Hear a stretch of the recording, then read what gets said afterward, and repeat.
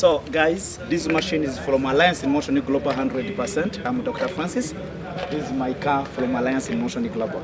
Do Alliance, it's a good, better company. Away. None other than Mr. Francis.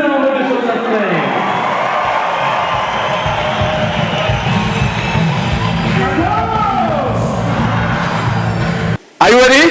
Good. 1, 2, 3, and go! 2019 kick-off training. I am Rwanda. Parade, grab it.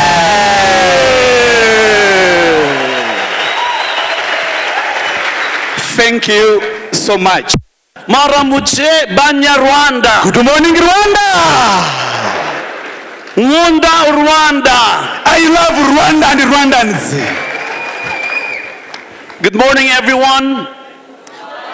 On behalf of our CEO and President, Dr. Ed Kabantog, Dr. Eduardo Kabantongo, nyiri company, and our Mr. Excitement, Mr. John Asperin, ndetse na Chief Marketing Officer, Mr. Excitement John Asperin, in honor of Engineer Francis Miguel, ndetse na family Engineer Francis Miguel, our Director for International Affairs and Allied Foundation Chairperson, Dr. Kabantog, Director of International Affairs and Akabanume was Allied Foundation, Dr. Koni Kabantong. I bring greetings from AIM Global Philippines to AIM Global Rwanda. Mbaza ninda mutsuvuye muri Philippines turamutse Rwanda muraho neza. Like what Dr. Francis said, I am a pastor by vocation. Nuko Dr. Francis yabivuze ndi umupasiteri w'umukristo cyane. I completed my theology degree back in 1987. Narangije nakoze bachelor's degree muri theology. And then I went to Morris Cirulo School of World Evangelism in Tel Aviv, Israel. Nkomeza kwiga ariko ibijyanye no muri no kuba international life coach. Then I came back to Manila and pastored churches. Ngaruka Manila muri Philippines hanyuma mbu umupasitoro mu itorero. I was very wealthy spiritually. Nari mfite ubuzima bwiza mu by'umwuka. But I was very poor economically. Ariko mu mufuka nari umukene. I don't know how pastors live in Rwanda. I don't know. Ntabwo nzi abakozi b'Imana bashumba n'abapastor n'ababishop mu Rwanda uko bimeze. But where I come from, pastors cannot make business. Ariko bamaze kuba pastor nungutse byinshi kandi ngiye no muri AIM Global biriyongera. So most pastors in Philippines depend on people in church when they give money. Abapastor benshi bo muri Philippines babona amafaranga aruka abantu baje gutura, akenshi ugasanga pastor bamugurira n'ikote n'imodoka kuko n'umukozi w'Imana ntiyinjiza umushahara. So while my ministry is growing, my family is also growing. Igihe cyose urusengero ruzamuka abantu bakazamuka na family yanjye ikazamuka. My wife is a very supportive wife. Mudamu wanjye anyitaho aramfasha kandi aho mba ndi hose tuba turi kumwe. She does not complain at all. Ntabwo ata complaininga, ari smart nk'abagore b'Abanyarwandakazi nabonye ahangaha. My wife mugore wanjye is like a Rwandi wife. Ameze nk'udasanzwe mubonye afite uniqueness. Because my wife gives birth very quick. Mudamu wanjye akunda gutanga kandi afasha n'abantu kenshi. Very quickly we have 4 children. Twarihuse tuhita tugira n'abana 4 kandi mukanya nkako guhumbya. Very easy to remember their names. Biroroshye kwibuka amazina yabo. Jem, Jam, Jim, Jom. G.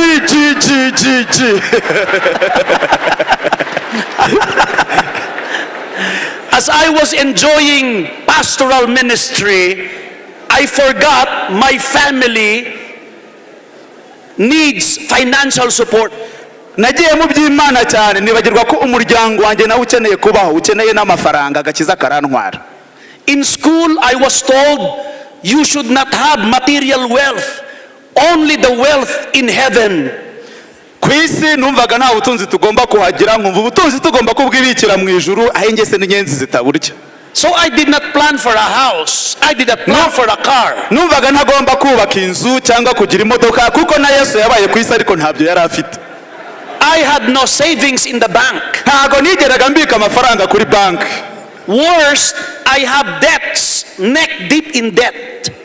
Nabaga mfite n'amadeni menshi kuko ntacyo nakoraga kinjiza amafaranga, icyizere cyari mu ijuru gusa. One day, my daughter asked me, Umunsi umwe umukobwa wanjye arambaza, Papa, do you have money so I can go to university? Papa, ufite amafaranga njye muri kaminuza ko abana b'abaturanyi bose bagiye? I said, daughter, let us pray. Naravuze, mukobwa wanjye igira hino dusenge. Each time they ask me for something, that is my answer. Let us pray. Igihe cyose bambazaga ikibazo nafitiye igisubizo, nababwiraga ko baza tugasenga. It means I have no money to give. Kuko nta mafaranga nari mfite yo kubaha. You know, in church, you cannot tell the church members that you have a financial need. Urabizi ko n'urusengero akenshi ntabwo ushobora kubwira abakristo bawe ko ufite ikibazo cy'ubukene kandi uri umushumba bayoboye. I pastored for 25 years. Not once I said to the people, if I have need. Nabaye umushumba imyaka 25 nyobora itorero rikomeye, nta munsi n'umwe nigeze mbabwira ko mfite ikibazo cy'amafaranga. You cannot tell people on a Sunday service, I did not have breakfast today. Ntabwo ushobora kuza ngo mbabwire ko ntafashe ifunguro rya mu gitondo, ariko akenshi nazaga mu ikote ariko mu nda bimeze nabi. You cannot tell the church people that you have a financial need. No, you cannot. Ntushobora kujya imbere y'abakristo nta muyoboye ngo uzibwire ko abana babuze minervari cyangwa inzu kodesha bagiye kukwirukana. So I pray to God. Nasenze Imana. Do you pray? Murasenga? Do you believe God hears our prayers? Mwizerera mu masengesho? I pray to God that He gives me a business. Nasabye Imana ngo impe business ariko idasebye izina ryayo. That I can begin to plant and harvest continually in the end. Ku buryo natangira kugushora kubiba kandi vuba cyane nkazasarura umuryango wanjye nawe ukabaho neza. And I got a call from a church member. Uko byagenze rero nimara kumera neza nkazafasha n'abamambure banjye cyangwa se abantu tuyobora mu rusengero, ubwo narasenze ntegereza Imana kinsubiza. This young boy was 16 years old in my church when I met him. So hakaba hari umusore mu bamambure banjye bo mu rusengero, yabagaho mu rusengero, hanyuma aza kungezaho icyifuzo. After 5 years of sitting in my class, he graduated from university. Nyuma y'imyaka 5 yiga mu ishuri ryanjye ryo ku rusengero, yagraduatinze muri kaminuza. And then he did network marketing. Ajya gutangira network marketing. He became very successful in network marketing. Hanyuma arasucceedinga, amafaranga arayagira. So he partnered with 2 gentlemen to put up his own company. Hanyuma afatanya n'abandi basore babiri kuba bakora kugira ngo bakore company yabo. That boy now is a multi-millionaire in my country. Uwo musore ako gahungu ubu mu gihugu cyanjye arahitinga, aravugwa, arakomeye. And I'm talking about Mr. John Aspirin of Alliance in Motion Global. Uwo mwana w'umuhungu bamwita John Aspirin, one of the board of directors. So he invited me over and said, Pastor, you listen. Arantumira ati, Pastor, wambwirije kenshi ariko nanjye umunsi ngwino nyumve, ngufite amasomo. You will not become millionaire overnight. Ushobora gukorera amamiliyoni n'amamiliyoni kandi ukiri mu gakiza utakavuyemo. But I wasn't thinking about millions. Ariko ntago natekerezaga iby'amamiliyoni, numvaga ubutunzi bwanjye buri. I wasn't thinking of houses and cars. Ntabwo natekerezaga iby'amazu yo kwisi n'ubutunzi bwanjye. I was just thinking of school fees for my 4 children. Minervari y'abana banjye bane kuyibona byari bitoroshye. So I'm doing AIM Global for 10 years now. Natangiye AIM Global kugira ngo ndebe niba koko byakora. And what AIM Global gave to me was more than I could ask or even imagine. Ibintu Alliance in Motion Global yankuriye cyangwa yangejejeho sinigeze mbirota mu nzozi cyangwa ngo mbyerekwe. Today I was able to pay all my debts. uyu munsi nta deni ngira, abana biga neza, mfite amazu, ubu ndi umukire. 3 of my children have finished university because abana of bose alliance. barangije kaminuza, ntabwo bakimbaza ikibazo ngo mbabwire ngo basenge mbahaditisi bakanikashinga. I was a poor dad before. mbere ntabwo nari meze neza, njye numvaga nidawutinga. But with AIM Global, no more. ariko iyo ugeze muri alliance utangira kwigirira icyizere, no doubt. I bought my own house and lot with AIM Global.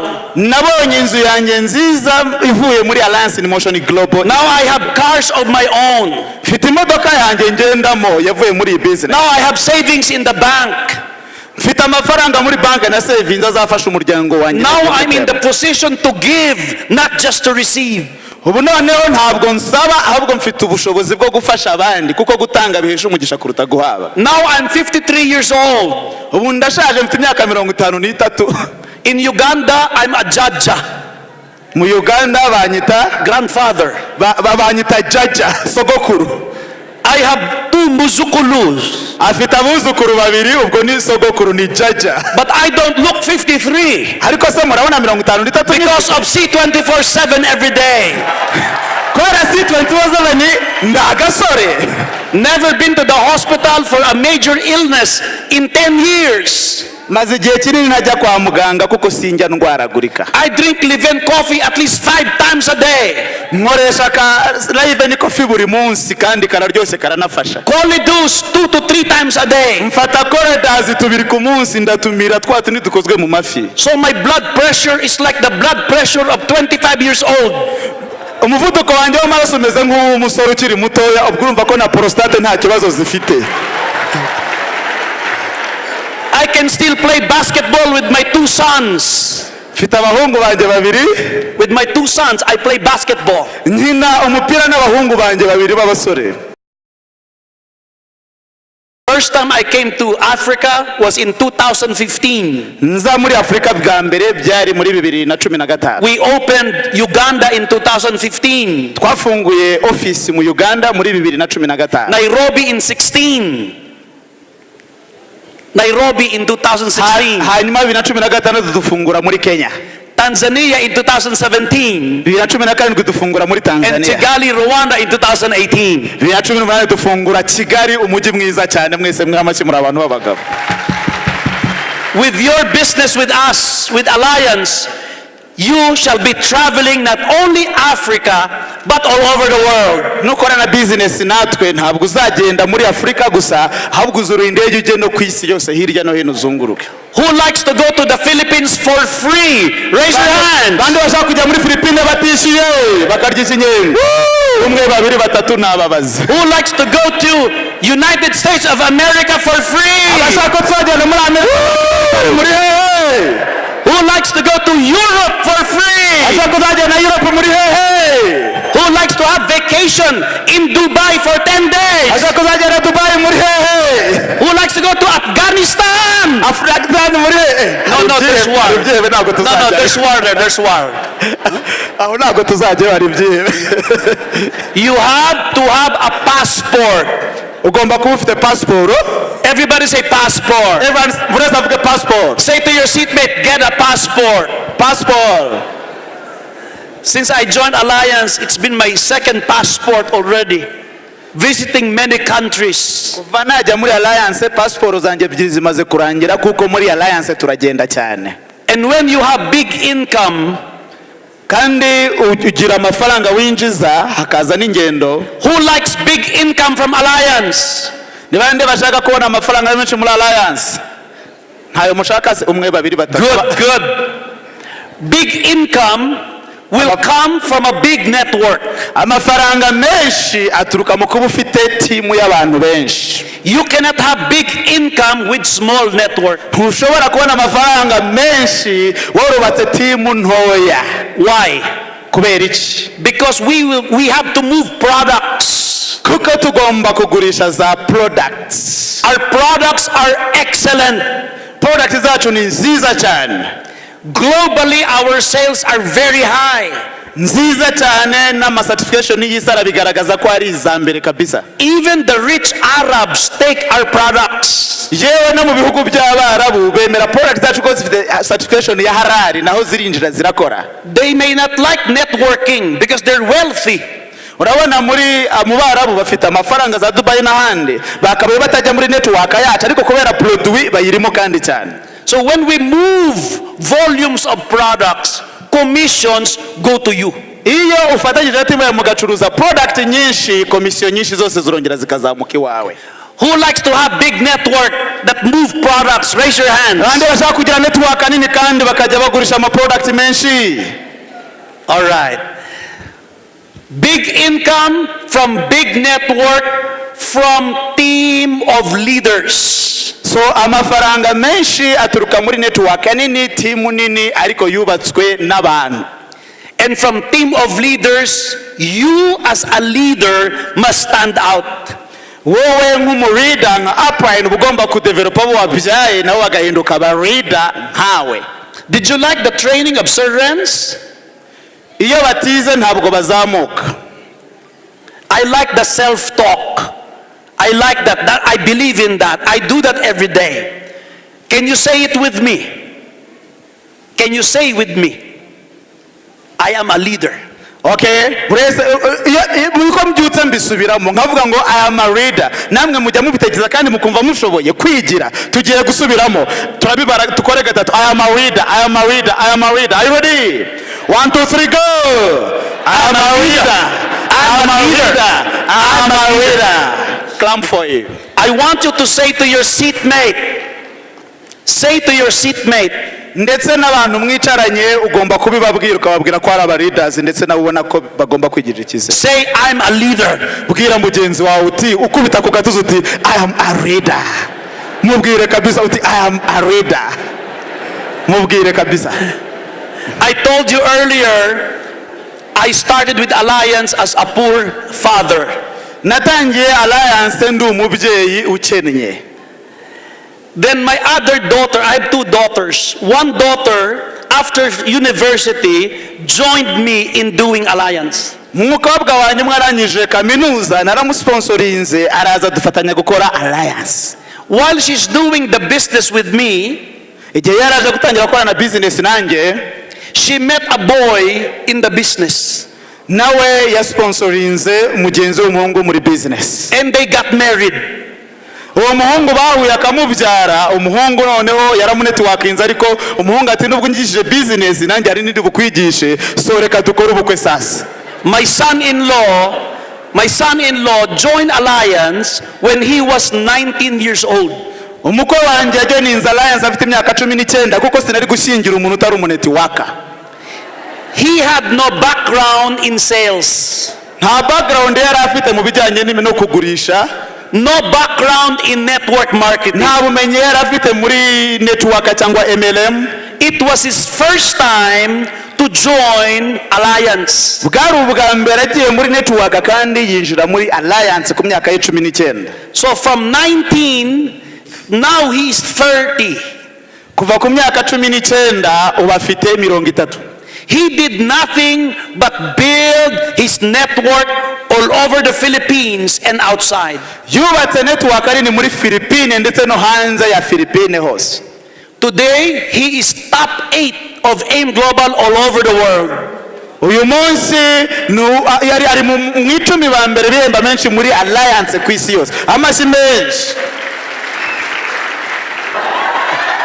You will have many Dr.Francis in Rwanda. Ndashaka ko muba Dr. Francis bo mu Rwanda kandi mukigana n'uyu mukwe wanjye ibyo yakoze uko yabigezeho namwe mwabigeraho. Give yourselves a big hand clap one more time. Amashyi menshi cyane kuko muri aba leaders bari strong. Now let's go into the training. Reka twinjire mu masomo y'uyu munsi. You have to understand when I show that video, I show it as a father who was poor before. Naberetse iyi video nk'umubyeyi wari umukene ariko uyu munsi nkaba ameze neza, umukobwa ameze neza ndetse n'umukwe wanjye ameze neza. My daughter saw me. Umukobwa wanjye yarandebye. We only rented apartments for 21 years. ubu dufite apartema yacu twubatse, We slept on a mattress on the floor. dushyira matera hasi hariya. I cannot afford to buy a bed frame. Mbere ntabwo nashoboraga kuba nagura igitanda, ahubwo twasisaga matera hasi tukaryama ndi umupastor. That's how poor I was materially. Uko niko nari nyinnye, hahandi ntashobora kugura n'igitanda n'abana simbabonere minerva. Because of AIM Global, my daughter now is wealthier than me. Kubera Alliance in Motion Global, ubu umukobwa wanjye ni umukire kandi kundusha. My daughter owns 2 houses Umukobwa wanjye afite amazu abiri because of Alliance in Motion kubera Global. Alliance in Motion Global. Who wants to have their own house from Kugira Alliance? inzu zabo muri Alliance. In Jesus' name, it's gonna be yours. Mu izina rya Yesu muzazigira. There are things we need to understand as we build our network. Can you show our slide, Solo? My slide, please. Tugomba kumenya icyo twakora kugira ngo tubigereho. Ntabwo dusenga ngo bize gusa, ahubwo tugomba kumenya n'icyo gukora. Ari ryo somo ry'uyu munsi. It's already February, but it's okay. How to jumpstart your 2019. Gute wazamuka neza ugasimbuka mu mwaka wa 2019 ukarangira uri umuboss ufite amafaranga. There are 7 things I want you to check. Very important things we Hari need to check. esikariye zirindwi ugomba kuzamuka muri uyu mwaka kugira ngo mu kwa 12 uzaba wamaze kugera iyo ujya. These are the points we have seen all over the world you must do as a leader. Ibi ni byo twabonye ku isi kugira ngo ube umukire ugomba kubinyuramo. Abakize bose niho banyuze, nawe utahanyuze gukira byakugora. If you want to be Elias Muhuzi, Niba ushaka kuba nka Elias Muhozi top 5 wo mu Uganda, if you want to be like Roy Saldua, top 1, niba ushaka kuba nka Rosa Dua top 1 world, if you want to be like Joseph Lim in niba ushaka nka Philippines, Mr. Joseph Lim top 2, if you want to be like Dr.Francis of Rwanda, niba ushaka kuba nk'uyu musaza Dr.Francis wo mu Rwanda, and Namdi of Nigeria, ukaba nka Namudi wo muri Nigeria, you have to check 7 things. ugomba kureba ibintu birindwi ukabimira kandi ukabikurikiza neza. Number 1, Icya mbere, revisit your biggest why. gerageza ujye wiyibutsa kenshi kandi ubwira abantu impamvu wabihisemo. Why did you join Alliance? Kuki wahisemo Alliance in Motion Global? Ni iyihe mpamvu yabiguteye? This is the reason why I joined Alliance, my family. Impamvu we yajoyininze ni ukugira ngo umuryango we ushobore kubaho neza. That picture was taken 10 years ago. Iriya foto niwe n'umuryango we imyaka myinshi ishize. Now that's my family at present. Aha hino rero ni famiye ye none hameze neza ari kumwe n'abuzukuru. And that's my beautiful muzukulu. Aha uriya n'umwuzukuru we ku ruhande usa neza cyane.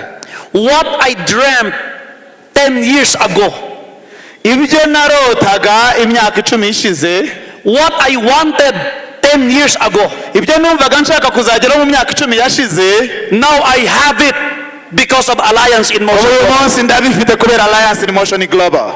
Not 1 year, Ntabwo ari miliyoni imwe, not 3 years, ntabwo ari umwaka umwe cyangwa imyaka 2 cyangwa not 3, 5 years. ntabwo ari imyaka 5.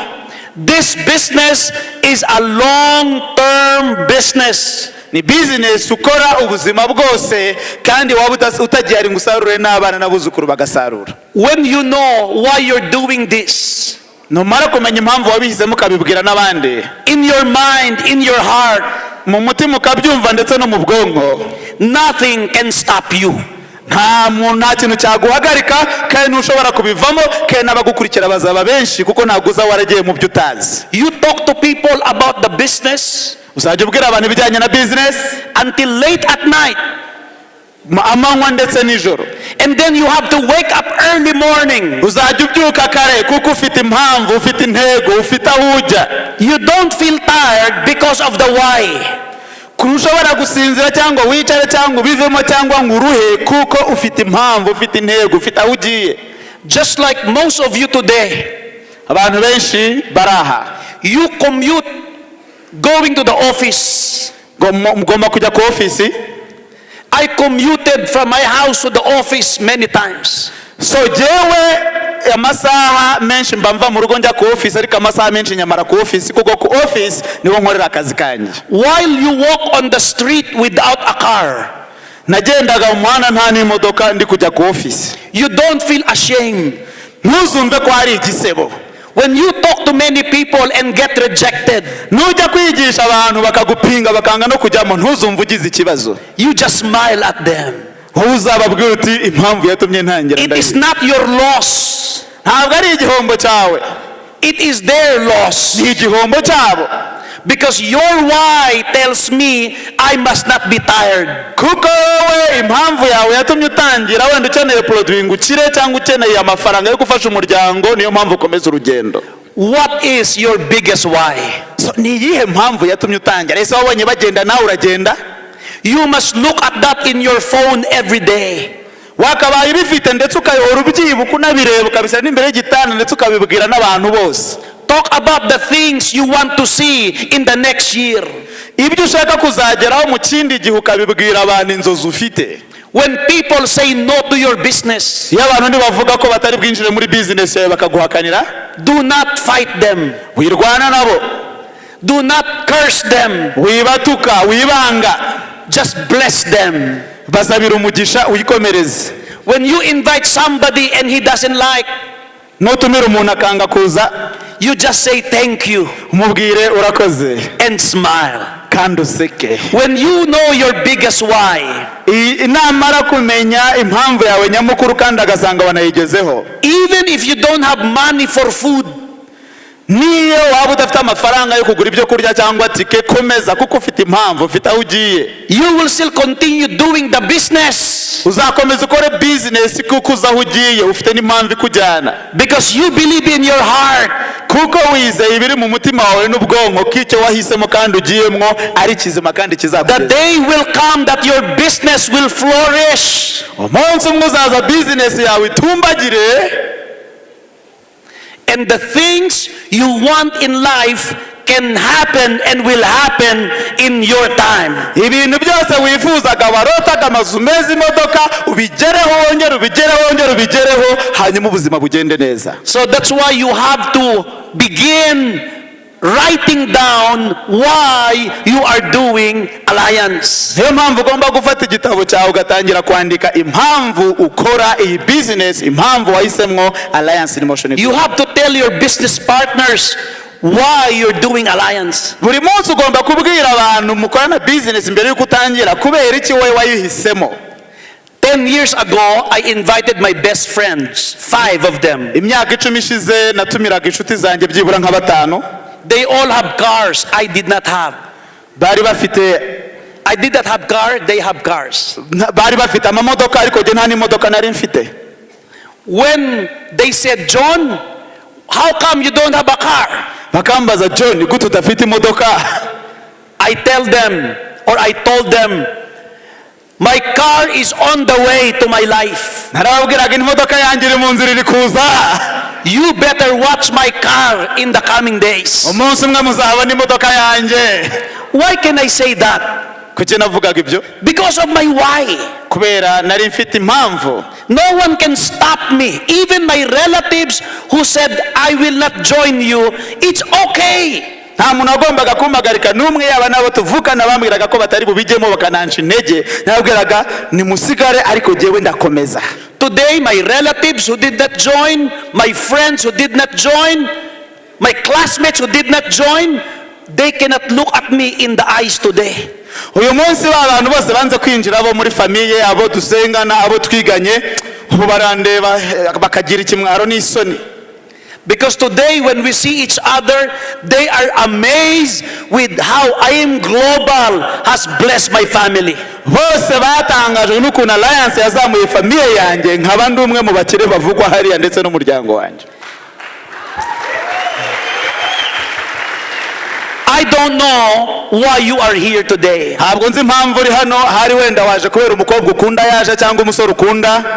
If you are doing this business, you have to have a bigger reason why you are doing what you are doing. niba ukora iyi business ugomba kugira impamvu ifatika yatuma uza hano ndetse yatuma uyikora ukarara amajoro ukajya mu bihugu ukaba ufite impamvu ifatika itatuma umugabo aguhagarika cyangwa umugore cyangwa ababyeyi. And blessing our own families is the best why we should do Alliance in Motion Global. kandi famiye zacu niyo mpamvu nyamukuru igomba gutuma dukora iyi business, kuko akandi kazi kose karangira ntiwakaraga abana, ariko iyi DTC abana n'abuzukuru bazaza kuyisaruraho. Ndaza kuboherereza murebe amazina nuko bakurikirana bose bakora ibi full time, ntabwo babikora part time. Do you want to build your network fast? Nashaka kubaka network yawe kandi gakura cyane. You plan when you will do this full time. Gerageza upanga ukuntu wakora iyi business full time ukayigira akazi To kawe. be successful in doing Alliance business, you have to invest 60 hours to 80 hours per week. Kugira ngo ukore iyi business ya Alliance in Motion Global ugomba gukora amasaha menshi ku munsi, amasaha menshi mu cyumweru, ukabura ko nta gahe na gato wapfushije ubusa. And your time here 10 to 12 hours per day. Kandi ugakora amasaha hagati y'10 na 12 ku munsi. Will be invested in people. Ugafata igihe cyawe ukagishora mu bantu, ukarokirita, ugaclosing, ugapresent. You find people who are sick and they want to get well. Gerageza ujye ureba abantu hirya no hino bafite ibibazo, barwaye, bashaka kumera neza, bakennye, bashaka kugira ubuzima. You want to find people who like to have global business. Ugashaka abantu badafite global business, bafite business ikorera mu hamwe, ushaka ko bagira business hirya no hino ku isi. You look for young people, talk to them about AIM Global to do global business. Ugashaka urubyiruko rushyushye rushoboye gukoresha internet, ukabereka uburyo bwo gukoresha internet babubaka iyi business ku isi hose. You invest time to old people who want to retire with money. Shora igihe cyawe mu bantu barimo basaza ariko bashaka kuzasaza bakazajya babona amafaranga mu gihe bagiye mu zabukuru basezerewe.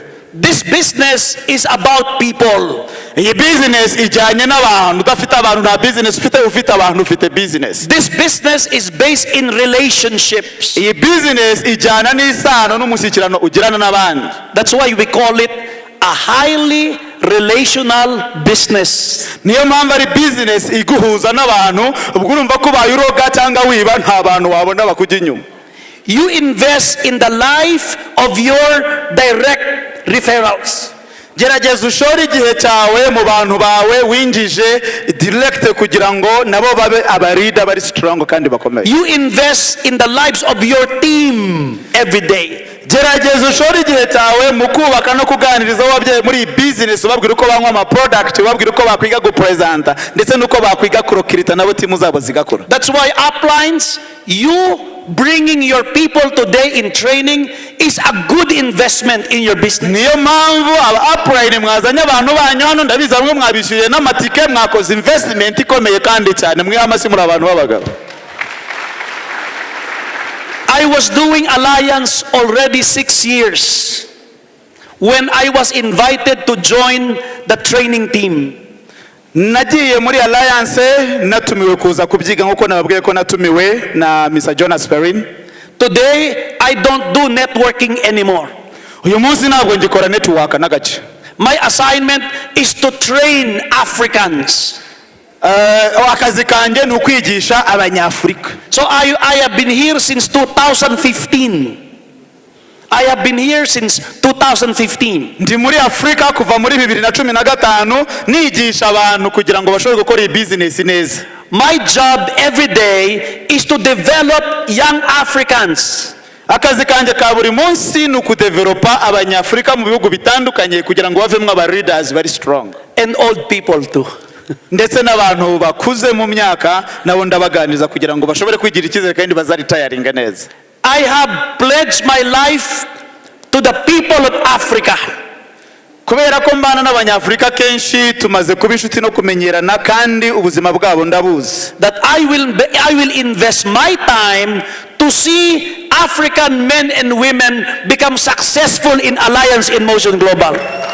njye nahisemo kuzashora igihe cyanjye mu banyafurika, mbone abagabo n'abagore bo muri Afurika bagira amafaranga menshi bavanye muri iyi business. Where do you invest your time? Wowe ko byari byo nahisemo, wowe igihe cyawe ugishyira kureba umupira mu kabari hehe? A network leader knows the names of his people. Umunetwork uri strong abaza amazina y'abantu yabyaye ndetse naho baplashije.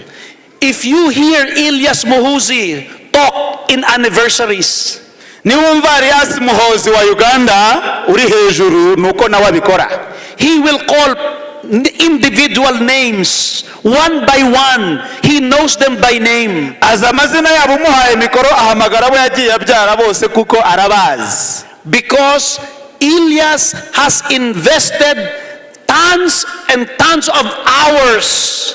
Kubera ko yafashe amasaha ye menshi ayashora mu kumenya abantu be n'imico yabo no kubafasha ngo bazamuke, arabazi rero. In the lives of his people, working with them, motivating them, correcting them, coaching them, and that has happened in the past 3.5 years in Elias Muhuzi's life. Iyo ubana n'abantu warababyaye wihera kurya matching ngo wigendere, batumira ubasengerere, muganire, ubigishe, ubafashe kuzamuka, aho nabo bazaba igiti kinini kandi babyare n'abandi.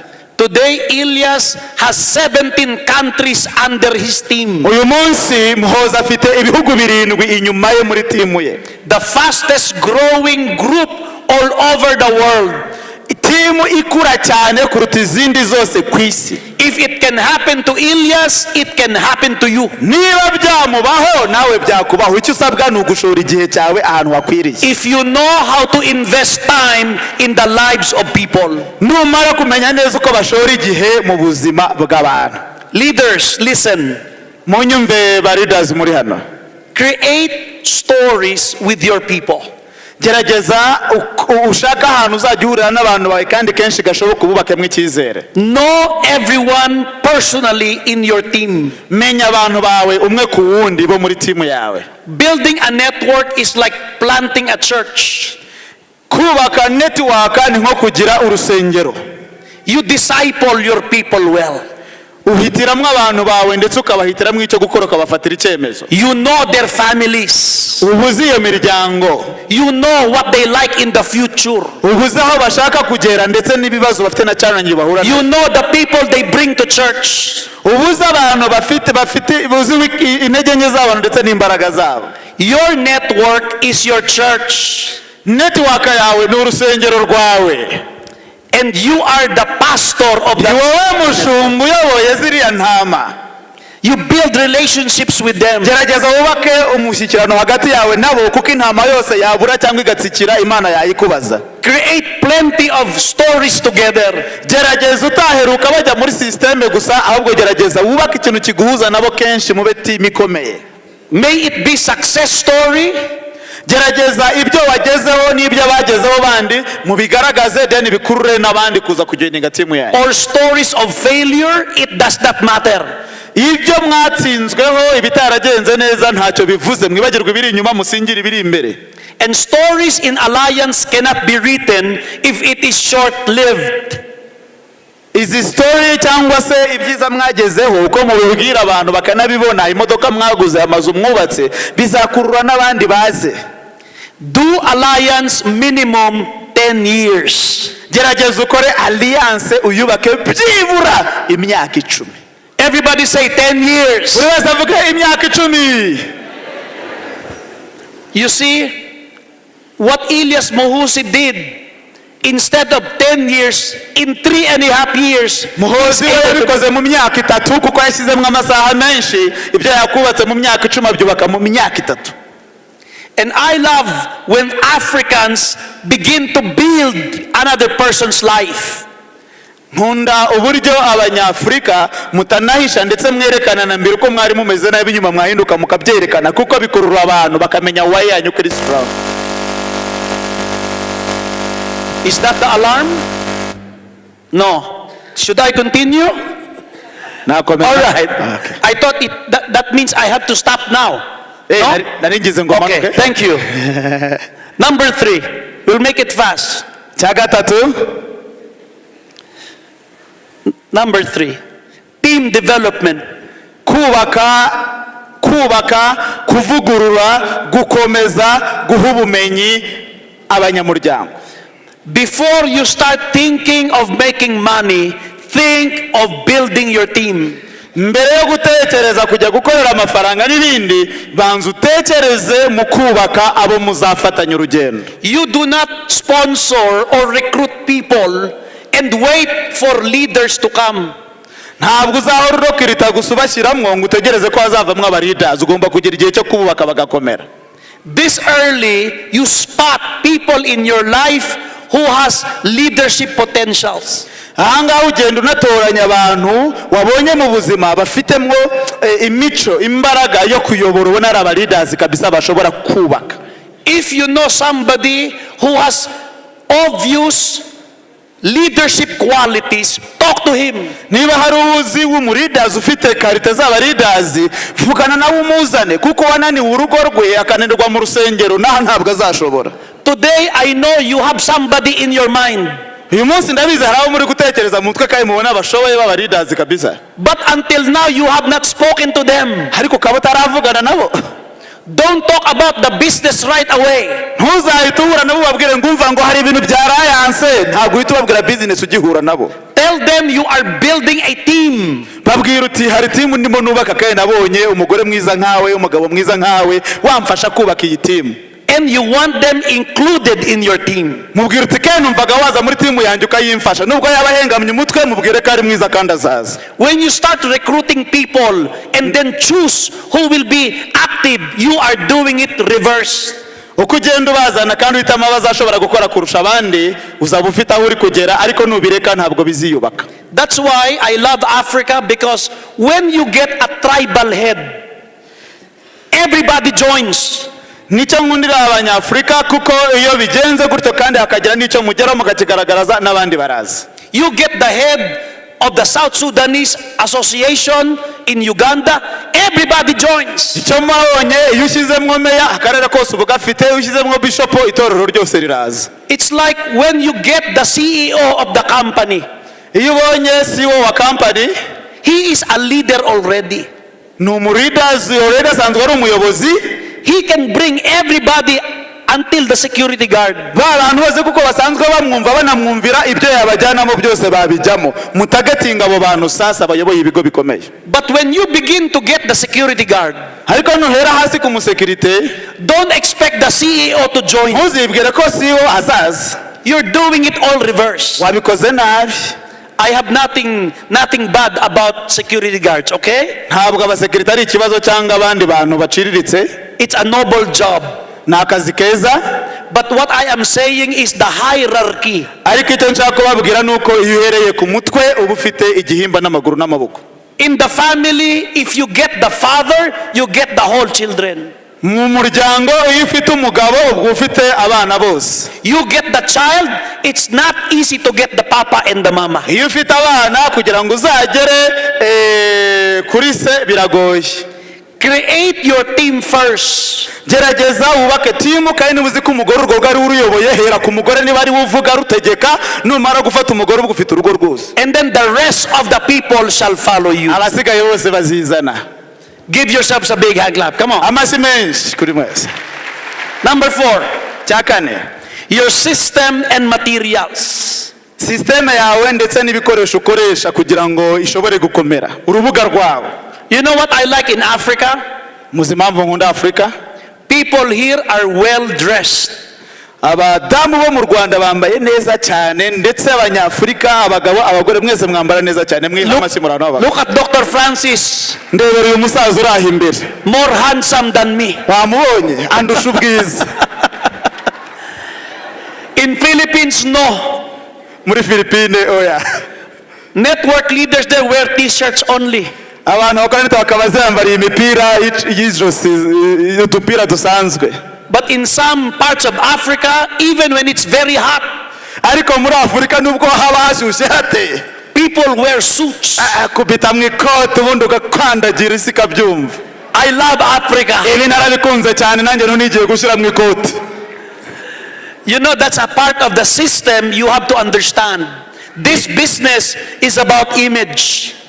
Iyi systeme ni nziza kandi iyi business ni nziza kuko uko ugaragara bituma abantu bakugirira icyizere. You've got to be dressed well. Gomba kwambara neza cyane. Business outfit.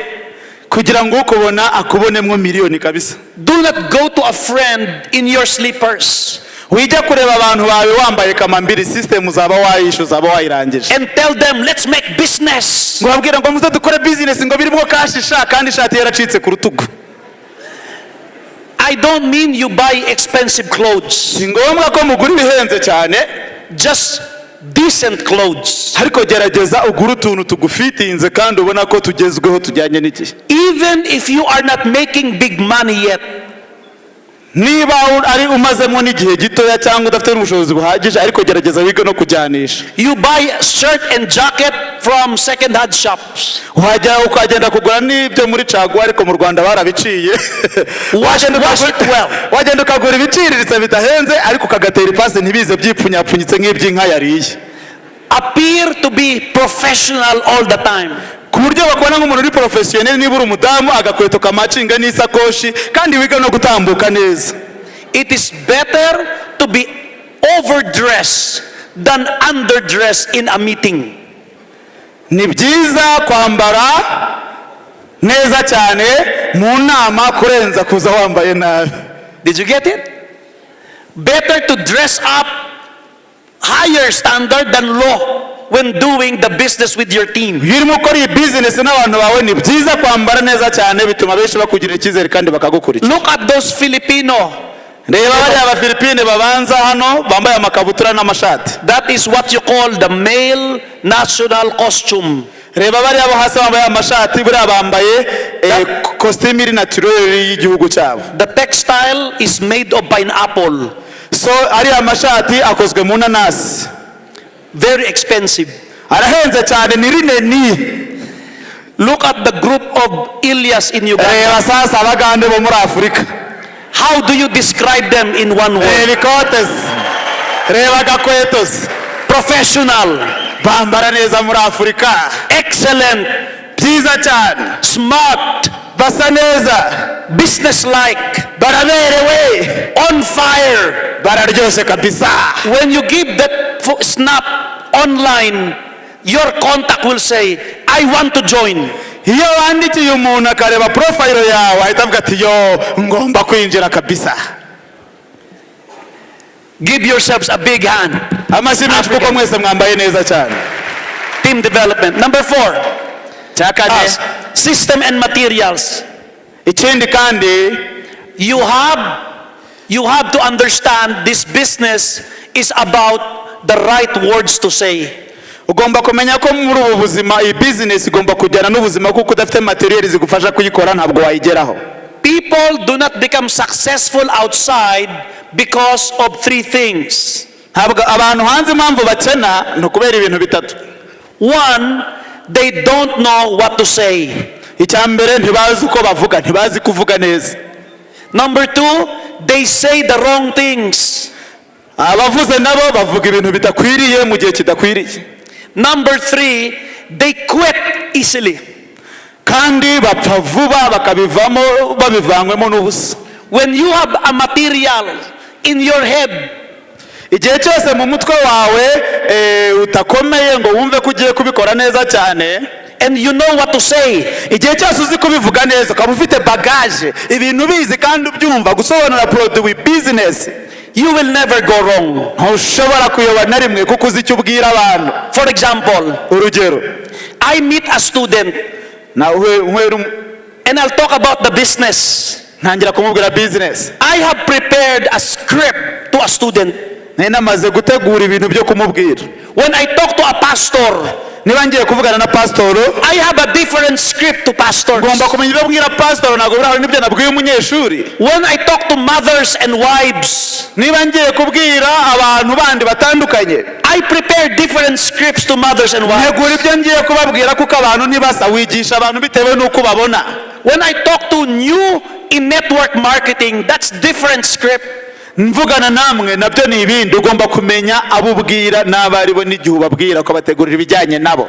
When I meet somebody who has been into an MLM company before, the script is different. Muye n'umuntu wigeze kugira network yinda ko ritari Alliance in Motion Global, uko mwigisha bitandukanye no kwigisha umuntu utarigeze ajya muri network na rimwe. Remember this, we are selling something. Wibuke iki? Dufite icyo tugurisha.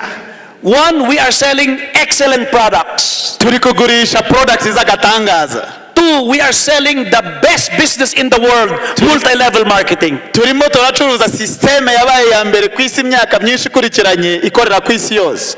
If you don't prepare scripts, ubaye utateguye neza ibyo uri bubwira abantu n'ibihamya byo kubereka, when you go out there, you will not know what to say. Uzabura icyo kuvuga. Or you will say the wrong things. Cyangwa uvuga ibidakwiriye. And when people don't understand you, they leave. Ntabwo bazakumva kandi uzasanga utumira wigisha ariko batinjira. If you don't push the right button, nutagerageza ngo ujye ukande ipesi ry'iburyo umenye icyo kuvuga, the lift will not go to a specific floor. Nudakanda buto ntabwo esanseri izazamuka. None urashaka esanseri izamuka utakanze buto se? Are you listening? Murimo murabyumva ko abantu bagomba kwinjira ariko mwababwiye ibikwiriye? Who among you has been to a lift? Inside the lift, ni bande muri mwe mwagiye muri esanseri? Abagiye muri esanseri. Okay, I love it when young boys, young African boys from the village come to the city in Kampala. Nabonye abanyacyaro bageze mu mujyi Kampala, abasore bageze mu mujyi. Even old ones from the village. Bavuye mu byaro ndetse n'abasaza baraje mu mujyi. When they enter the lift, bageze muri esanseri, they don't know what's happening inside. Ntago bamenye ikiri kubamo imbere, ntibamenya ko igenda cyangwa itagenda. They just stand inside and look. Haragarara gusa kareba. They don't push the button. Nta hantu akanda ngo kigende. So they go up and they go down, they go up, they go down. Ikajya rizamuka imanuka kuko atakanza aho ajya naho agera. That's the same in doing alliance business. Niko bimeze n'abantu bakora alliance badafite materiel zihagije, bibereye muri lift ariko batakanze pace, barazamuka bamanuka ntibabyara, baraho banze gupfa banga no gukira. You have to know what floor to push. Ugomba kumenya ugiye muri etage ya kangahe, then akaba ari hukanda. You have to know what buttons to push to make that person join. Ugomba kumenya bakanda kahe kabuto kugira ngo bizamuke. Remember, wibuke, all good salesmen in the world have scripts. Abantu bose bageze aho bagera bafite aho banyuze. Every shop and every restaurant all over the world, when they sell something, they own scripts. Bari abantu bose bafite amaduka, amaresitora, amashopu akomeye, haba hariho icyapa, haba hariho ibirango byerekana ngo ni hehe. Do you have KFC in Rwanda?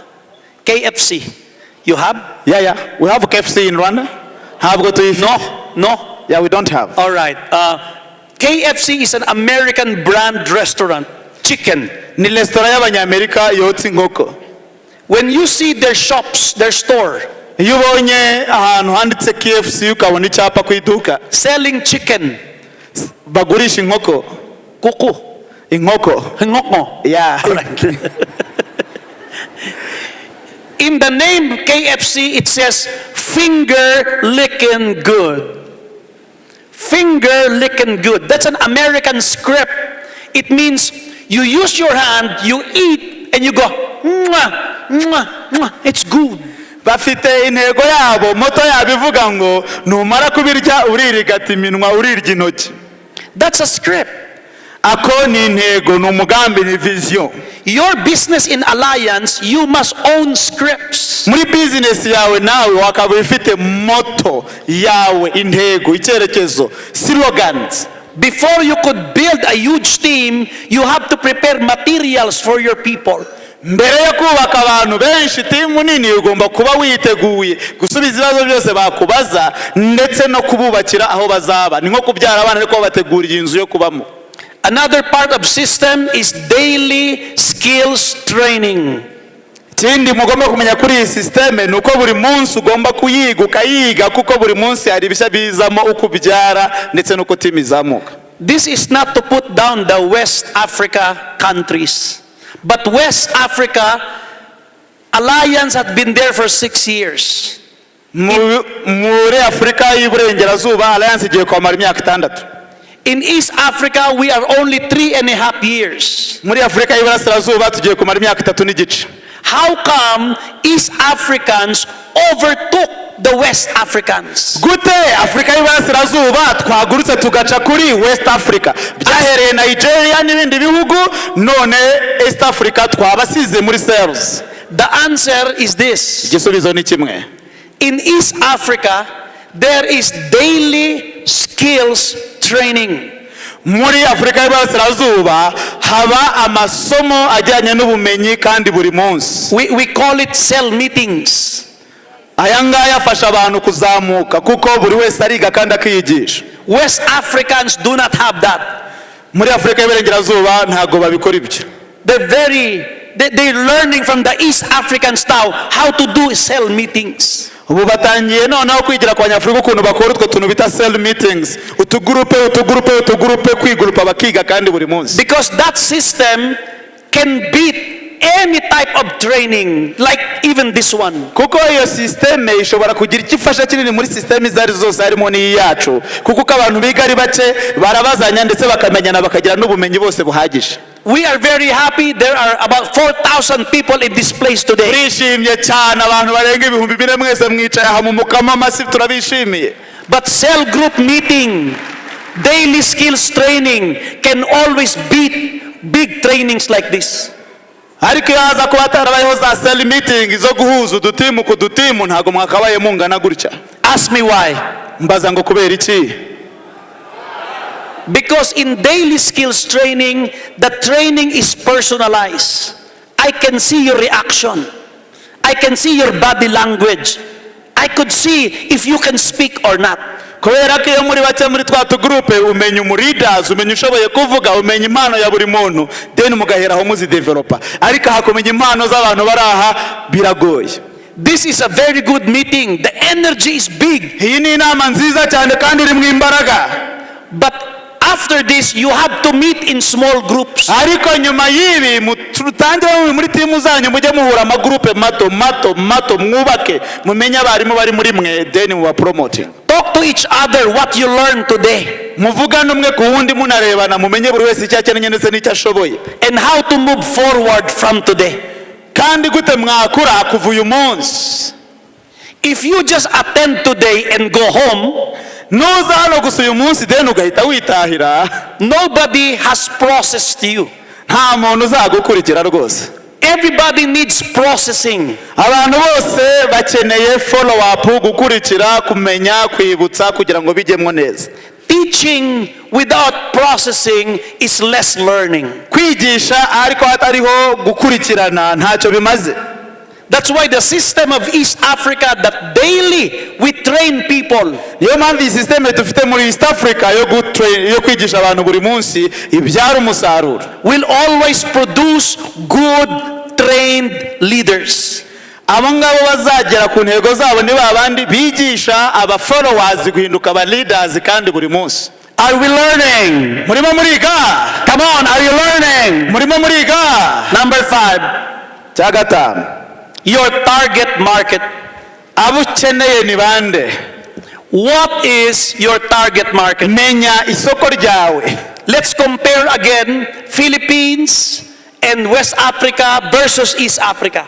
Reka tuvuga kuri Philippines, tuvuga Afurika y'Iburengerazuba, tuze no kw'Iburasirazuba. Because in Philippines, when I go home, I travel from north to south. Kuko iyo ndi muri Philippines mva amajyepfo nkagera amajyaruguru. They are asking me, John, how come the East Africans are very fast in building network? Then bakambaza, John, kubera iki Iburasirazuba bavuduka cyane bafite speed kurenza Iburengerazuba? I was in West Africa for 7 months. They asked me, John, how come Ilyas Muhuzi, Duncan Atukwase, how come they're very fast in building networks? Nari muri Afurika y'Iburengerazuba Nigeria n'andi bakambaza, kubera iki abantu bo muri East Africa barimo baguruka cyane bakaducaho kandi bakagira success? The answer again is very simple, my friends. Igisubizo cyari cyoroshye cyane. Philippines, West Africa sponsored many old people. muri Philippine iburengerazuba basponsoringa abantu benshi buri munsi kandi bashaje. The East Africans, very obvious.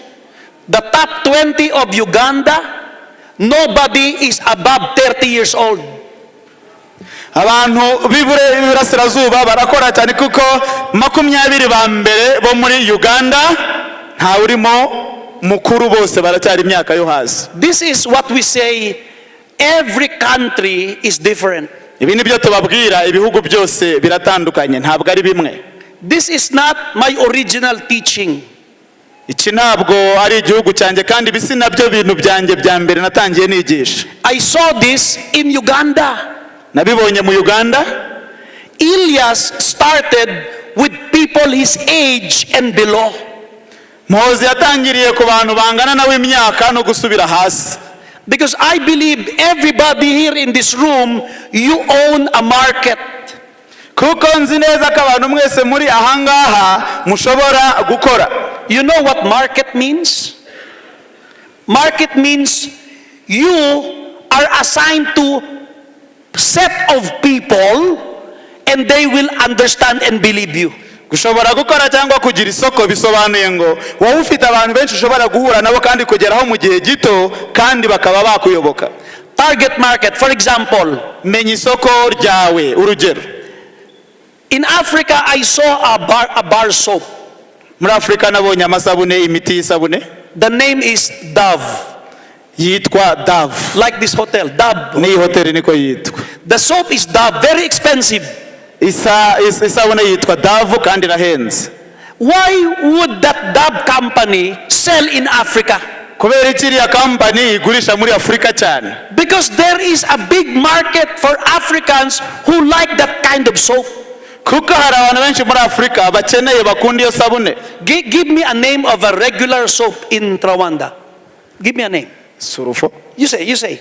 Ya Surufo, isabune itwa Surufo murayizi? Do you know that soap? Surufo murayizi? Okay. Then you are the market for Surufo. You are the market.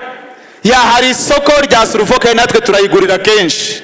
How come they sell Dove soap in Simba grocery? Gute muri Simba supermarket n'ahandi bazanamo na Dove, isabune ya Dove kandi bakagurisha. Because rich people will buy that.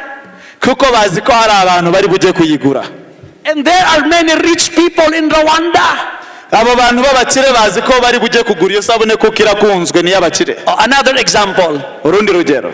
KFC, why is it not here and it's in another country? Kubera iki babandi botsi nko kwa Amerika batari hano ariko akaba bari mu bindi bihugu? Because KFC America is studying the country. If they can open one, after the feasibility study, they come in. Without study, they don't come in. Bice bakora babanza bakareba niba isoko ryaboneka, babona ryaboneka nibwo bahita baza, babonye nta soko ntago baza.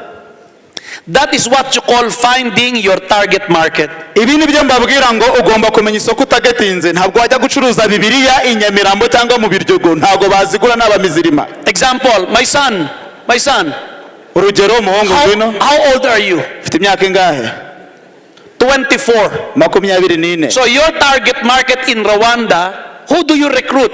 Boys, 24, 23, 22, 21, down to 18. Abantu ugomba kurokirita mu Rwanda 24 ukamanuka witangira kujya imyaka yo hejuru yawe. That's your market. Iryo ni ryo soko ryawe. If you recruit your 24, you recruit 50 years old. Nurokirita aba 50, the 50 years old will not listen to you. Ntabwo 50 uzamubwira ngo yumve. At the back of his mind, he will say, I'm older than you. Azajya avuga ngo ariko uyu mwana ubwo yagira umuri nagaranyobora ko muruta imyaka waranyobora iki? Why do you tell me to recruit for you? Cyakora niba ufite muri team umurusha imyaka azaza murokirite. Why do you tell me to sell products for you? Kuki umbwira we ngo njye kugurisha produit ngo njye no kurekita ngo ngure n'amanota yewe mwana wavutse nkureba? And when old people become old, they become hard-headed. Kandi abantu bagenda bakura bagenda bafunga n'umutwe ukuntu. You look all over the world. Ku isi yose kandi biri normal muhumure. Very few AIM Global leaders over 50 years old.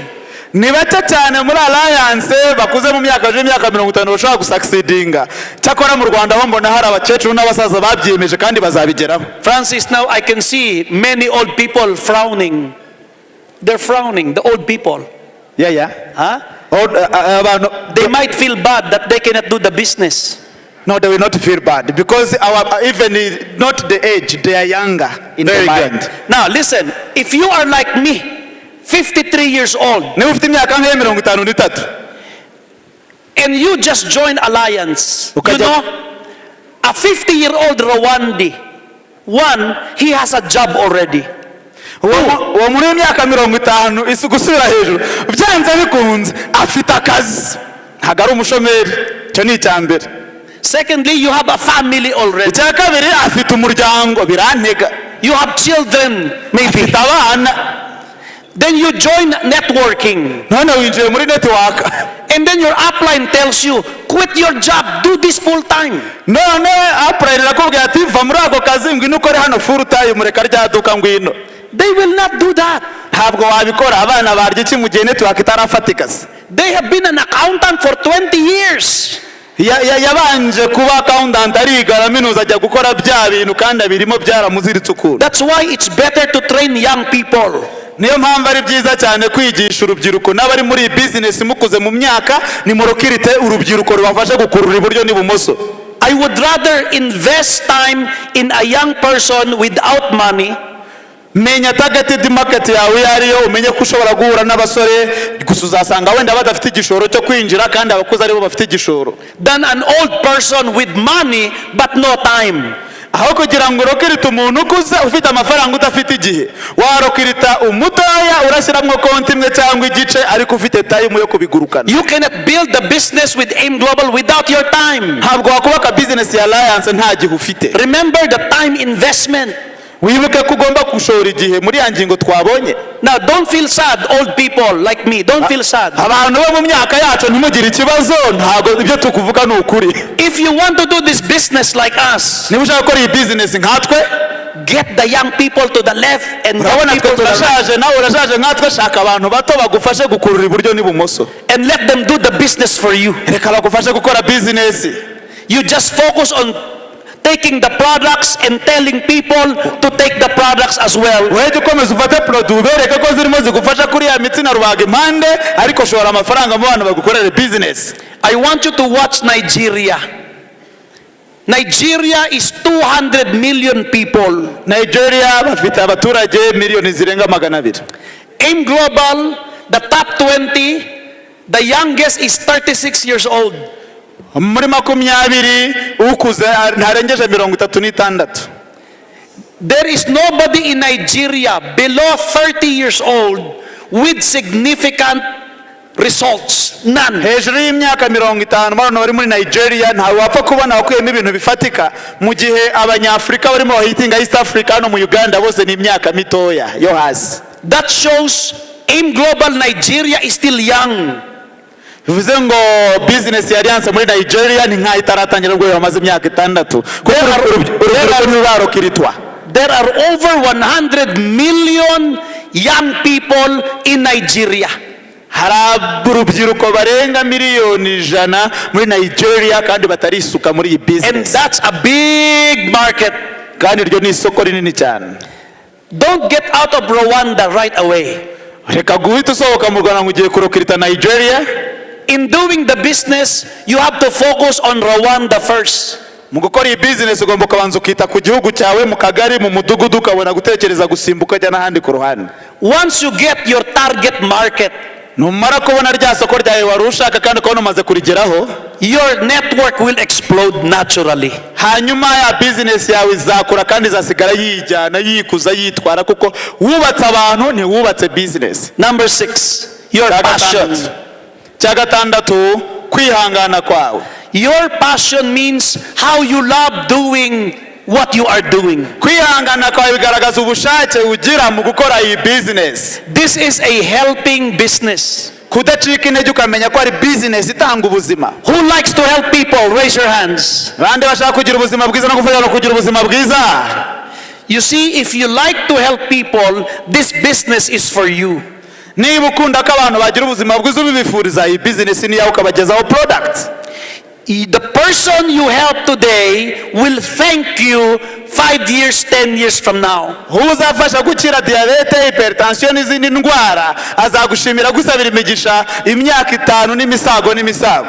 In Uganda, when we have an event, we tell them, go to your upline and hug them. Mu Uganda iyo twakoze event turabwira ngo ugendere upline yawe umuhobere. It's so beautiful to see people thanking them for bringing them to the business of alliance. ubonye uburyo babahobera babazanye muri business bagatuma bakira indwara nawe wabona ko ukwiriye guhaguruka ukabikora. Listen, is your upline here today?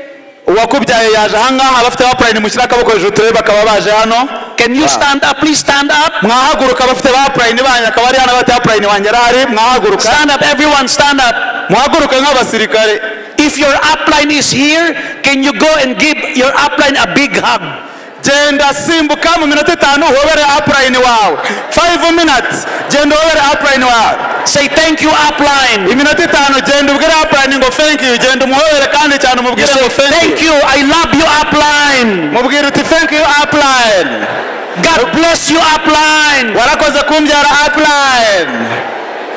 You say to your upline, mubwire uti warakoze upline, kumbyara upline. you are my passion. mubwire uti upline warakoze kumbyara. mubahe n'utubizu biremewe. Never forget the birthday of your upline. ya n'utubizu turemewe muhobere ba upline mubashimire kuba barababyaye. Bless your upline niba regularly. wumva upline yakumariye musabire umugisha umubwire ngo warakoze. Don't keep on asking from your upline. niba wumva ari icyo yagufashije muhobere umusabire umugisha. Give something this week to your upline. upline yamusabire umugisha kubona ubwo uti warakoze upline. Come on, everybody, clap your hands for your uplines. burese aho amashyi wamubyaye muri business. Thank you, you may be seated. mwasubira mu byicaro. abafite ababyaye ngira ngo mwumvishe kutabyara uko biryana. Remember, mwibuke your life is a story being written with Alliance in Motion Global. mwibuke ko aya ari amateka murimo mwubaka muri business ya Alliance in Motion Global mu Rwanda, muri Afurika ndetse no ku isi. I love hearing Filipinos thanking us. nkunda uburyo abafilipine baba badushimira cyane. There's a young man in Manila. iyo turi Manila mu mujyi wacu His name is Rafael Vergara. witwa Rafael. Rafael does not know how to speak English. Rafael ntabwo azi uko bavuga icyongereza, avuga ururimi rwacu bita Tagalo. Rafael's job was a barker in the bus. yagendaga ahamagara abantu kuri bisi, niko yari convoyeur. The one who calls passengers to the bus. uri ugenda ahamagara abagenzi binjira muri kwasiteri muri bisi. One day, umunsi umwe somebody recruits him umuntu umwe aramurukira aramuzana to Alliance. amushyira muri Alliance. Trained him and taught him everything. bamwigisha kubisobanura neza kandi byose. Today, Rafael is a multi-millionaire. uyu munsi Rafael ni umwe mu bamiliyoneri muri Filipine yacu. And Rafael has African downlines. Rafael afite abantu benshi yabyaye muri business akorana nabo. But he has a problem. ariko afite ikibazo. He does not know how to speak English. ntabwo azi uko bavuga icyongereza. So he calls me and says, Coach, can you assist my people? ajya ampamagara akambwira ngo wamfashiriza abantu banjye. Because my English is limited. kuko icyongereza cyanjye ni ugusuhuza gusa naho kirangirira. My fellow in Global Rwanda, banyarwanda bari muri Alliance, inshuti zanjye, even if you cannot speak English, niba waba utashobora kuvuga uruzungu, you can be a successful leader in Alliance in waba Motion. umukire muri business ya Alliance in Motion nka Rafael. From poverty, you will live in prosperity. uzava ku cyavu wicarane n'ibikomangoma. From sickness, you become healthy. uzakira kanseri yo mu mubiri ugire ubuzima bwiza. You shall live a long life in this life. uzabaho ubuzima burebure kuko uzaba ukoresha product kandi nta stress ufite. You will be a blessing and not a burden. uzaba ufite imigisha myinshi y'abayigusabira kuko wabarangiye akazi abandi ukabakiza indwara. And just like your president in Rwanda, abandi bose batuye u Rwanda, who leads your country to prosperity, bose bazagusabira kubaho neza. Gerageza rugire n'abandi winjiza kugira ngo mufatanye urugendo rwo kurama. All of you will become wealthy and you will assist the president to build a stronger Rwanda. Mwese muzagira ubuzima bwiza, muzamura ubukungu, mwigisha urubyiruko kandi mufasha abayobozi b'igihugu kubaka u Rwanda rukomeye cyane. Give yourselves a big hand clap. Amashyi menshi kuri mwe. Lastly, Icyanyuma, are you learning? muri kwiga? Last thing you should check today is your commitment. Icyanyuma ku isomo ry'uyu munsi ni ukwiyemeza kwawe. I told you earlier, I have been married to my wife for 30 years. 30 years. Imyaka 30 n'umugore wanjye. There were times we want to separate from each other. Hari igihe twumvaga tugiye gukubita divorce nk'uko naho hano mu Rwanda bijya biba. There are times, married people, are you listening? Murabyumva neza? There are times you wake up, you don't like the face of your wife. Hari igihe ubyuka ukumva udashaka kureba umugore mu maso cyangwa umugabo mu maso. The wives, sometimes you like to return the husband. Hari igihe rwose nawe yumva adashaka kukureba. But you cannot. But you must not.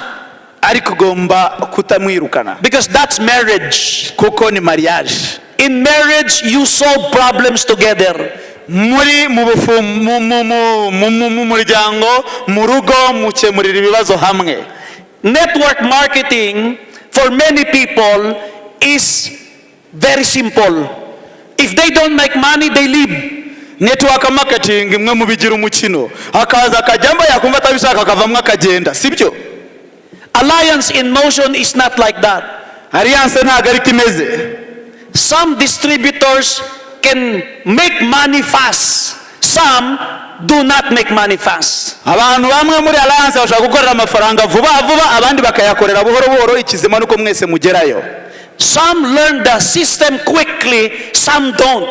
Bamwe bubaka system igakura mu gihe gitoya, abandi bakayubaka gace gace cyangwa ikabananira. But if you are highly committed, ariko iyo ufite kwiyemeza kuri ku rwego rwo hejuru, you are committed to your dreams. Hanyuma umenya neza ko ugomba gufasha timu yawe mukazamukana. You are committed to your team. Ya abantu babizi ko bashinzwe kandi urabatekereza ndetse urabashinzwe na cyane. You don't just lead your team. Ntushobora gupfa kugenda ufite abantu wabyaye, ni nk'umubyeyi utaye abana mu rugo. Everybody say teamwork. Kandi mugomba gukorana nka team. Murasubiramo teamwork. Can you hold the hand of your seatmate? Hold the hand. Hold the hand. Fata akaboko ka mugenzi wawe. All together, let's say teamwork. Fata akaboko. Teamwork. Teamwork. Teamwork. Relative to teamwork is commitment. Ikindi kivukana na teamwork ni commitment. If you don't have commitment, the first sign of problem, you run away. Iyo udafite kwiyemeza, ikibazo cya mbere kiravuka ukiruka ukabivamo. I like the commitment of a soldier. Nkunda ukwiyemeza kw'abasirikare. When he gets hit, he does not stop. Iyo ibibazo bije ntago bapfa kwiruka ngo bagende. He still fires and fight the Niyo enemy. bamutera sasa akomeza imbere, songa mbere. In AIM Global Business, you are a soldier. Muri business ya alliance muri abasirikare. And your enemy is poverty. Kandi umwanzi wanyu ni ubukene. You don't give up on doing the business Ntugomba kubivamo murase mpaka umwirukane. until you kill the last enemy, that's poverty in your life. Kugeza igihe haduye umwisha agapfa karangira witwa ubukene. Who wants to kill poverty in their Kandi bashaka lives? kwica umukene. There you go. God hates poverty. Imana ibafashe ubukene bugende burundu. God's plan is to prosper you. Imana ibafashe ibahe ubuzima bwiza no kuramba. God wants you to be a blessing in this Imana country. irashaka kubona mufite umugisha kandi mubayeho neza. Your commitment to the business Kwa kwiyemeza kwawe muri iyi business will show results in your life. bizakwereka umusaruro w'ubuzima bwawe mu gihe gitoya. Say to your seatmate, Bwira umuntu mwicaranye, I am committed. I am committed. Say to your seatmate, Bwira umuntu mwicaranye, I shall not quit. ntabwo nzabivamo. ntabwo nzabivamo. One more time, you say to your seatmate, you shall not quit. Whatever your problems are, solve it. Ibibazo byose byazo uko byaba bingana muri timu yawe bikemure. Leaders do not run away from problems. Ntabwo abayobozi biruka kuko ibibazo byaje, ahubwo barabikemura. Leaders solve problems. Abayobozi bakemura ibibazo. Remember this. Wibuke bimwe iki. Your commitment to your task kwemeza kwawe ku kazi runaka will bring your dreams closer to you. Bizatuma za nzozi zawe uzigeraho vuba. Whatever happens in your business, just be committed. Ibyaba byarabayeho byose muri timu yawe n'uwakubyaye ataragufashije cyangwa hari uko bitagenze neza, byibagirwe, komeza usunike imbere, uzagera ku nzozi zawe. When you feel low, go to your upline. Niba wumva intege zitangiye gucika, genda urebe uwakubyaye. When you feel happy, go to your downlines. Niba wumva wishimye kandi jya kureba abo wabyaye. Motivate them and stay happy. Ubafashe, ntuzegere ujya kureba abo wabyaye kandi ufite agahinda na cyawengezi. But when you have a problem, go to upline. Kuko ufite ibibazo ukareba abo wabyaye nabo bapfa, ahubwo ufite ibibazo ujya kureba upline. Do not go to the downlines when you have problems. Ntuzajye kureba abo wabyaye ngo babwire ibibazo ufite. And never forget, kandi ntuzibagirwe iki. You can make your business to grow fast if you want. Byagufasha gutuma business yawe ikora ubaye ubishaka. Some do it slow, but some do it fast. Bamwe babikora biruka, abandi bakabikora gace, ariko bose bagerayo. And I want to congratulate all of you today. Shaka kubashimira mwese kuri uyu munsi. Because instead of sleeping at home, kuko biragaragara ko mwavuye mu rugo muza hano kandi hari byinshi muri kwiga bizagera aho bibageze. Instead of resting at home, ntabwo bimeze nko kuguma mu rugo. You are here in the training of Alliance. Muri hano muri training mu masomo mahugurwa ya Alliance ni Motion. Because you are committed to your dreams. Kubera ko mwiyemeje kugera ku nzozi zayo. Give yourselves a big hand clap. Muri hamasi menshi cyane. Who likes to build their business fast? Raise your hands. Bandi bashaka kubaka business vuba kandi gakura, mushyira akaboko hejuru. Do you want to know the secret how? Murashaka kubaka system zikihuta vuba. Ask me how. Mumbaze ngo gute. Listen, are you ready now? I'm about to finish. Sleep little. Ryama gace. Sleep little. Ryama gace. The first 3 years, myaka itatu ya mbere, learn how to sleep small. Iga uko baryama udusaha duke. Because when your money comes, kuko amafaranga yawe natangira kuza, when your big network globally happens, ukamara kugira abantu benshi cyane kandi bagufasha gukora, you can sleep as long as you like. Uzaryama amasaha ushaka, amafaranga yizana.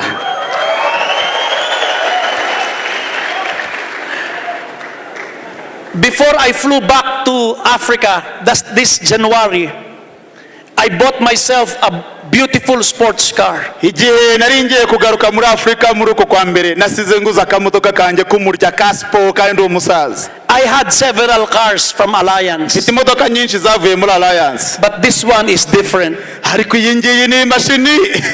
When you start it, iyo wakije gusa, the sound is different. Ijwi ni hatari.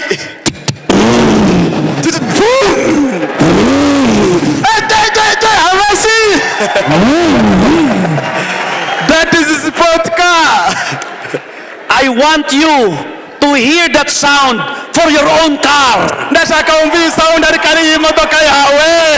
Everybody, stretch your hands. Everybody, fata vora. Imagine your own car. Fata vora, imagine uri mu modoka yawe. Let's start now. Reka tuyitangire sasa. Louder. Kandagira umuriro. Ay ay ay ay ay ay ay. Your relatives will hear about you. Abaturanyi bawe n'umuryango we bazakumva kandi bazakwemera. Your friends will see you drive the car. Inshuti zawe zizaza zibona imashini iri mu muhanda icanye maremare. You drive from one place to another very fast. N'abatagukundaga bazaza biruka kuko babonye hama. And this 2019, 2019 akora amateka. I speak and declare Ndabasabira umugisha that all of you today, mwese ko muraha, your 2019 2019 will be a blessed year for you, ubu mwaka w'imigisha an kuri abundant mwebwe. year for you. Ubu mwaka w'imigisha kuri You shall mwebwe. have your dreams this year. Mwaka w'imigisha kuri mwebwe. In Jesus' name. Izina la Yesu. Amen. Amen. Hallelujah. Hallelujah. God bless Alliance in Motion Global. Barinde mwese. God bless Rwanda. Rwanda. Murakoze rero, ku cyumweru tuzaba turi aha saa 8, murarike benshi. Ku cyumweru kwinjira n'ubuntu. Murakoze.